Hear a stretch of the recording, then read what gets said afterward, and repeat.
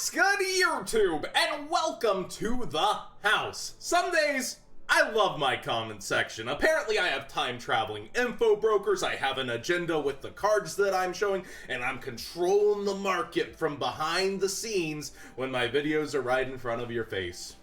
Makes a lot of sense. With Ash Blossom, I showed it yesterday, and there was just a mixed, reaction. First off, people are like, oh, it's not really going down that much. Whenever you see something like go down from 70 in a couple of weeks and the lowest becomes 58 and it continues to go down, it's pretty crazy. And now actually the whole front page is at $58. And I was getting comments like, thanks, John, now it's gonna go back up. Yeah, about that.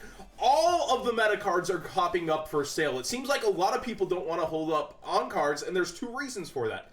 There's a ban list on the horizon, and Battles of Legend is set of the year, and probably once again, it was set of the year last year, and this year it's really looking like it. Sometimes it's the Megatons, but I think since the inception of Battles of Legend, they make it the perfect set for us players, and I'm really hoping for a repeat on that. But will Ash Blossom be in there? I think it's more likely to be something like Crystal Wing, where we have Buyout or Saryuja personally, and then I would expect to see Ash somewhere in the Megatons as well. But there's no calling it. Everything is pure speculation when you're talking about the market. So Ash Blossom actually continuing to fall today despite showing it on both fronts. 42 lowest, 42, and then 43, so still sitting at that 43 for the ultras on eBay. And the secret rares fall. There's an independent seller, I've watched this all day, $55. It's been there the entire day and then it sell. So people are selling lower, they have a high ranking, and it doesn't sell. It's straight here, boys. So what's happening with this?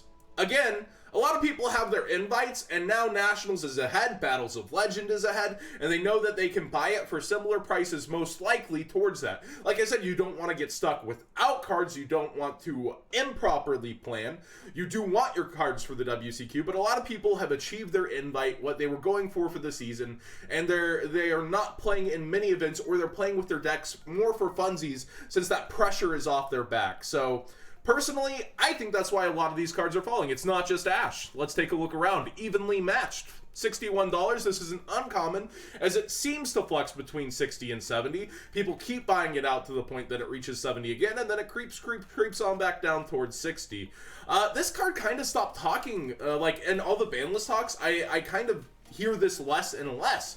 But it's still such a broken card. It's not like we can play around it sometimes. So it's really interesting to hear that talk go away, but maybe they realize, this could be one of the selling chase cards of the Megaton, like Solemn Strike in years past, that this card needs to be sold, and I still would like to see it get limited, but it's left a lot of those conversations. $61 is actually cheaper than eBay. That always check both mentality. It's really weird because today, for the most part, TCG player is cheaper, and usually when I'm saying that, it's eBay.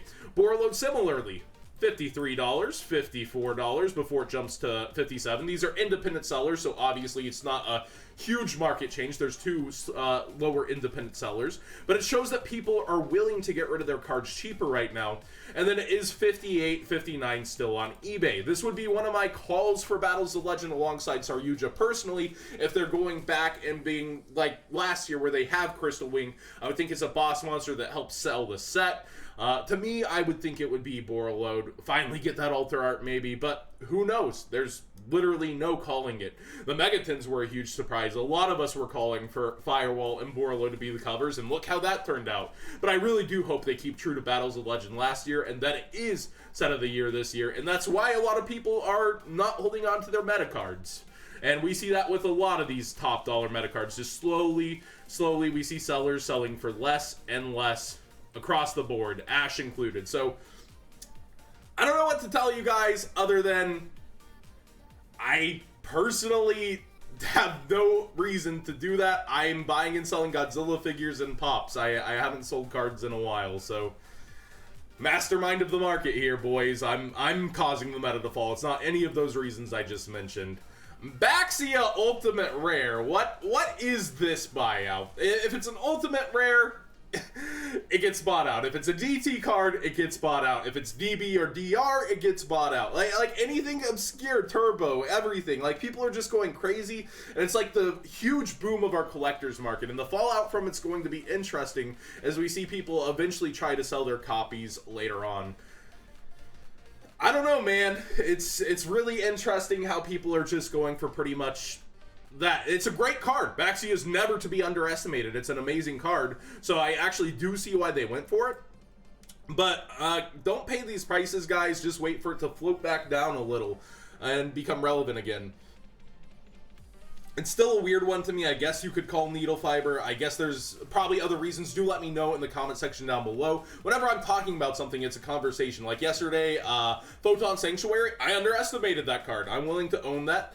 Photon Sanctuary, people named a lot of decks I didn't think about, like Trick Stars, and made it sound really, really good, so I can see the selling point on it. I'd like to know your opinion on why Baxia ulti's up so high, but at the same time, the secrets are not moving at all, and you can get them as low as 64, 65 cents. So I would say it's mainly because it's its highest rarity version and not much else. This one we know came from BCTRFS's live stream. It's just a funny one. Actually, he was basically like, I saw him sitting and telling his audience no, and they're like, we've got to do it for him. So like, it's more of a meme than anything on the Turia Landoys. And you see one guy trying to sell it for a decent price, but it's like all of them, if I'm not mistaken. Like, yeah, even we see the secret rares that they actually couldn't buy because they'd have to buy something else from them. And no, they're just all still here for the secrets. Somebody said it was the secrets also, but it doesn't look like it. It's realistically the DTs that got the full swing, kind of like Barkion. And there's not a single English here on eBay. That's just exactly what happened. It's a meme. That's it. It's not significant, but Landoys is a cool card if you get them out. It's actually not bad, but you don't see people making it, do ya? Nekroz is up across the board. I know this thanks to Robbie Cole's post in Zodiac and people posting for his market watch. Nekroz of Valk is up. Trishula is up first market price. Brionic is up first market price. Sophia is up. Gunganer went up a while ago when we featured it, but it's pretty crazy. Like I said, I think Yu-Gi-Oh players have this thing where it's like if they have money sitting there, they want to put it into cards rather than just holding that bank for a potential investment. And they go, and they go, and they go, and they go. And Nekroz is one of the safest investments. It always floats back down towards this. It feels like after every buyout from a while, but it's safe. It hasn't been reprinted. And it doesn't look like it will be anytime soon. I doubt we're going to get a random Nekroz structure deck, and there's not a really good place to put them all. Besides maybe something like Battles of Legend, but at the same time, there's so many different Nekroz, it's really hard to find a place where a set's going to do everything for the deck. So people see this as a safe one, and they go for it. And we do see over here on eBay, Valk is actually 40 on eBay, which is higher than TCG once again.